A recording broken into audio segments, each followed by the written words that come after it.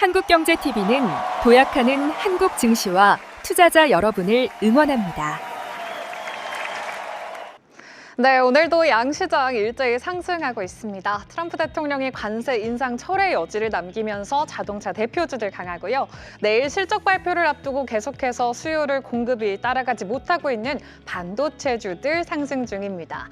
또 로봇과 2차 전지, 우주항공 쪽에서도 상승부를 켠 종목들 많은데요. 이 가운데 오늘 특히나 주목해볼 이슈 키워드, 저는 오늘 반도체와 우주항공에 집중을 했습니다.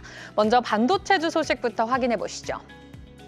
어제 시장에서 단연 돋보였던 반도체주들의 상승이 오늘도 이어지고 있습니다. 특히 SK하이닉스는 80만 닉스를 열면서 사상 최고가를 경신했고요. 밤사이 미증시에서도 필라델피아 반도체 지수가 2.4% 강세, 특히 메모리 업황의 풍향계라고 불리는 마이크론이 5.4%나 급등하면서 글로벌 메모리 업체들의 강력한 랠리가 지속되고 있습니다.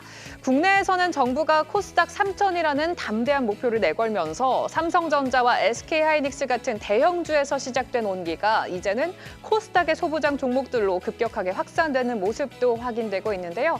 과연 이 뜨거운 열기가 내일 실적 발표 이후에도 이어질 수 있을지 진단해 보겠습니다. 최근 SK하이닉스의 기세를 보면 파죽지세라는 말이 딱 어울리는 것 같은데요. 마이크로소프트가 야심차게 내놓은 자체 AI 칩 마이야 200에 HBM3 12단을 단독으로 공급하기로 하면서 고객사 다변화까지 성공을 했고요. 차세대 HBM4 물량의 약 70%를 엔비디아로부터 배정받았다는 소식도 전해졌습니다.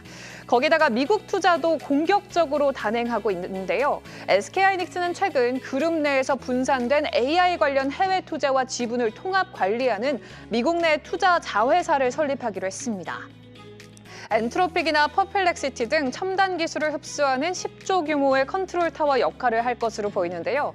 특히 최태원 회장이 2월에 미국 출장에서 젠슨왕 CEO를 만나 스타게이트 협력을 논의할 예정이라서 기대감은 더욱더 고조되고 있습니다. 이러한 모멘텀에 증권가에서도 목표가를 공격적으로 올려잡고 있는데요. SK증권은 오늘 올해 하이닉스의 영업이익을 147조 원으로 전망하면서 목표가를 무려 150만 원까지 대폭 상향했고요. 또 어제였죠. 시티그룹이 역시 현재 주가보다 75% 이상 높은 140만 원의 목표가를 제시했습니다. 이 밖에 JP모건과 KB증권도 HBM 비중 확대와 수급 타이트 국면을 근거로 목표가를 상향 조정하면서 반도체 투톱의 상단을 확실하게 열어두고 있는데요. 삼성전자와 SK하이닉스 주가가 불기등을 세우면서 투자자들의 시선은 자연스럽게 2번 타자 소부장으로 향하고 있습니다. 그동안 대형 제조사가 반도체 가격 상승으로 1단계 사이클을 맞이하고 그 뒤로는 생산량 증가에 따른 낙수 효과를 누리는 2단계 사이클이 가동되곤 했는데요.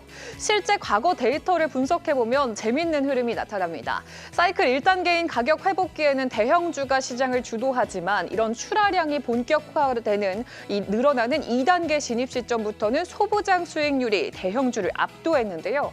특히 후공정 소부장 기업들의 6개월 평균 수익률이 22.3%로 대형 제조사의 12.4%를 크게 웃도는 경향을 보였습니다. 이런 흐름은 ETF 시장에서도 이미 숫자로 증명되고 있는데요. 최근 일주일간 레버리지를 제외한 반도체 테마 ETF 중에 수익률 1위가 핵심 공정 주도주, 그리고 그 뒤를 이어서도 전공정 관련주들이 두 자릿수대 수익률을 기록했습니다. 삼성전자와 SK하이닉스 비중이 높은 대형주 ETF보다 리노공업이나 워딩 IPS, HPSP 등 코스닥의 중소형주 비중이 높은 상품들이 최근 랠리에 진정한 수혜를 입고 있는 건데요. 그렇다면 우리는 이 안에서 특히 어떤 종목들을 집중해야 할까요? 증권사들은 HBM4의 양산 체제가 본격화됨에 따라서 기술력이 검증된 핵심 기업들을 주목하고 있습니다.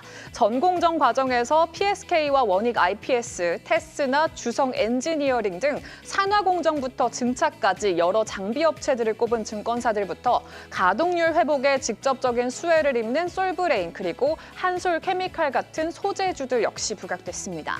테크윙은 차세대 HBM용 고속 검사 장비의 성장성이 부각되고 있고, 한미 반도체는 HBM4용 신규 본딩 장비 주도권을 유지하면서 대장주 역할을 톡톡히 하고 있는데요. 또 미세화 난도가 높아질수록 수요가 폭발하는 테스트 소켓을 만드는 리노공업도 슈퍼사이클을 이끌 핵심 동력으로 지목되고 있습니다. 내일은 삼성전자와 SK하이닉스가 나란히 4분기 확정 실적을 공개하는 운명의 날입니다. 역대급 실적 기대감에 주가는 고공행진 중이지만 한편으로는 이 실적 발표 직후에 재료 소멸로 인한 세론이 나오지 않을까 이렇게 우려하는 시선도 적지 않은데요.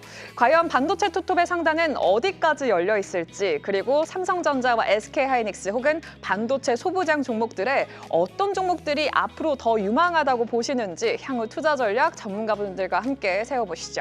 이어서 우주항공주 소식도 체크해 보도록 하겠습니다.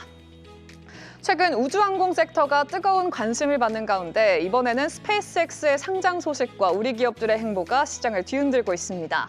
특히 우리 정부 주도의 민관 사절단이 스페이스X와 블루 오리진 등 글로벌 우주 기업의 본진을 직접 방문하면서 K 우주 영토 확장에 나설 방침인데요. 우선 우주항공의 핵심 모멘텀 스페이스X 소식부터 잠깐 짚고 넘어가겠습니다. 최근 스페이스X 경영진이 골드만삭스와 JP모건 등 월가 대형 IB들과 만나서 상장 방안을 논의한 걸로 알려졌습니다. 브렛 존슨 CFO가 2026년 내 IPO를 공식적으로 언급하면서 기대감을 키운 바가 있는데요. 예상 기업 가치는 무려 1조 5천억 달러, 우리 돈으로 약 2,200조 원에 달하고요. 2019년 사우디 아람코의 기록을 넘어서는 역대 최대 규모의 IPO가 될 전망입니다. 이런 글로벌 우주 패권 경쟁의 중심에 우리 기업들도 당당히 발을 내딛었는데요. 우주항공청은 우리 기업들의 우주 기업들이 미국 시장 진출을 돕기 위해서 14개 기업으로 구성된 민관 사절단을 파견했습니다. 이번 사절단에 참여한 코스피 대표 기업으로는 한화에어로스페이스, 현대로템, 그리고 대한항공이 이름을 올렸습니다.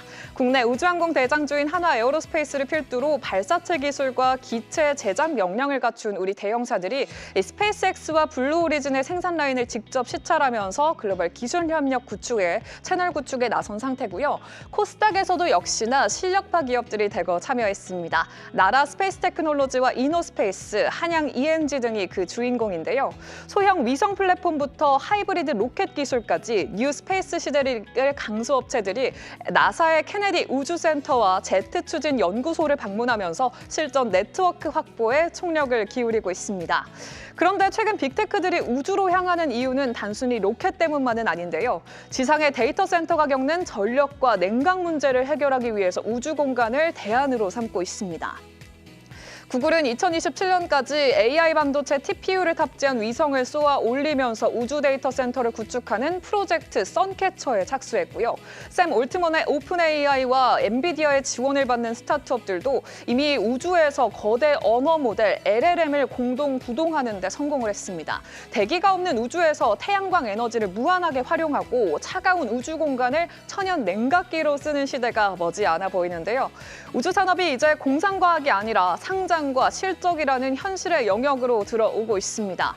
오늘 우주항공 테마주들의 움직임 확인해 보시면 한양 ENG가 9.5% 급등, 인텔리안테크도 5.6%, 세트레가이와 컨택도 빨간불을 켜고 있는데요. 이렇게 스페이스X의 성장 가시화로 우리 기업들의 글로벌 행보가 맞물리고 있는 우주항공 테마. 일각에서는 우주항공주가 아무래도 폭발적인 성장 잠재력을 가지고 있어서 포트폴리오의 5%에서 10% 정도는 가지고 있어야 한다, 이런 말도 있더라고요. 이번 미국 파견을 통해서 우리 기업들이 가져올 글로벌 협력이 향후 주가에 어떤 폭발력을 가져올지 전문가분들과 구체적인 대응 전략 세워보시죠. 이렇게 이 시각 이슈 키워드 살펴봤습니다.